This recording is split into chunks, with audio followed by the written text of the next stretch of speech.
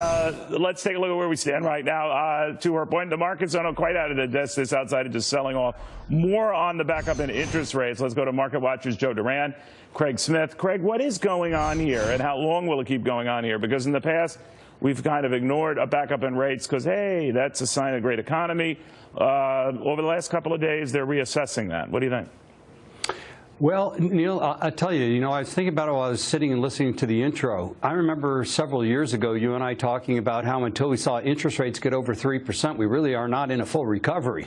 So, to me, these interest rates are indicating we have a Goldilocks economy, and the Fed feels comfortable in raising interest rates and getting them back to an area where if we do have a slowdown, they have some weapons in their tool chest to turn things around. So I like what I see happening with the Fed, and quite frankly, I like a lot of things that are happening right now. Sunday, things are dramatically changing in the world of trade, Neil. When we pass that USMCA, now China just doesn't have to worry about us. They got to worry about Mexico, Canada, Japan, the European Union.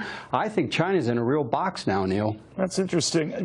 Joe, when I first saw the report come out this morning, my immediate read, well, the bond market might like this because it makes it less likely with the less than expected jobs gain that the Fed would at least as aggressively raise rates as it has been. That has not been the read of the markets, and I'm wondering why.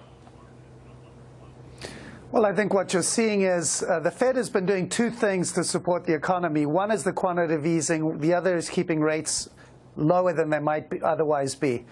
And they're now attacking both of them. They're going to be reducing their balance sheet by $50 billion a month.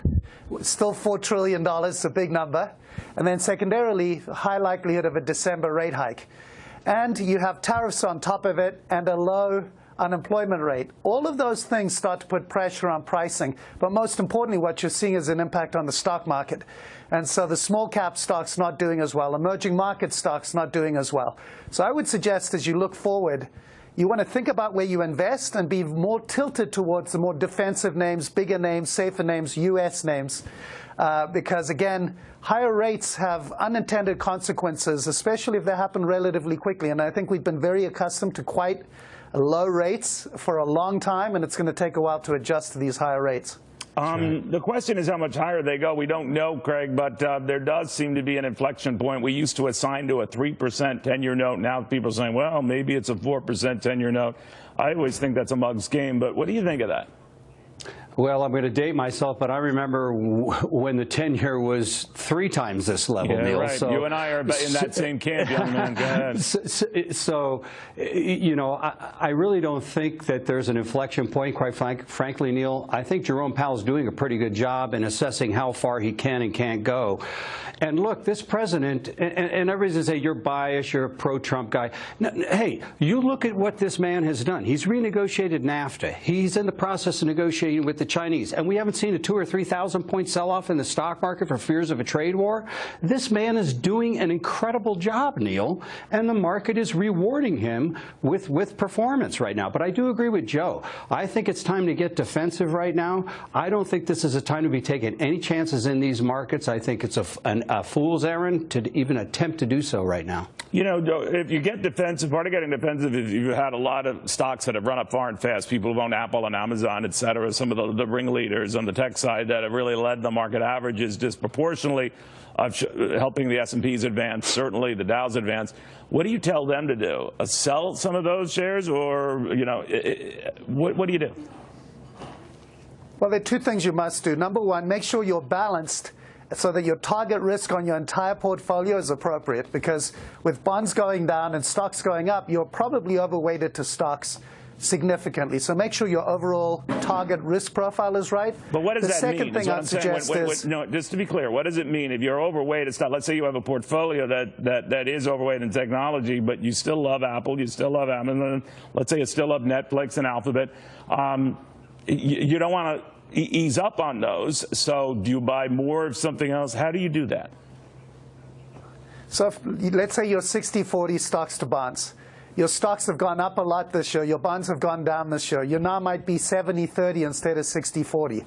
You need to rebalance so that your overall target on your entire portfolio is appropriate. In other words, go back to 60-40. The second thing you need to do is look at your underlying allocations. Things that have done really, really well up until now are probably not going to be what leads you going forward. Small caps have done very, very well. You might want to pare that back so that you're back to target allocations on everything, because the things that will do well going forward, remember, when you have higher rates, the things that do better are bigger in nature. Bigger companies have the ability to adapt their balance sheets a lot better. I also would suggest that when you have higher rates, the expectations for stocks go down. If you think back to when rates were a lot higher, the stock market didn't do quite as well. Valuations go down, and PEs are on the higher levels now. So you want to be in stocks like healthcare and energy and financials that do well with this. So a lot of the things that have done well are probably not going to do as well going forward. All right, again, so and I Craig, view the technology's setback as temporary. Sorry, we're tight for time, so I apologize. But Craig, okay. How do you play this in readjusting a portfolio potentially to deal with these higher rate headwinds, if they indeed prove to be, headwinds? The rates are below neutral right now, Neil. I think they have to go higher to get to neutral. So Joe's right. Traditionally, when interest rates go up, stock markets peel back. I don't think that's going to happen, particularly in this case, because I don't think Jerome Powell's going to move him fast enough to cause that to happen. If he sees any weakness in the market, I think he's going to back off on raising rates.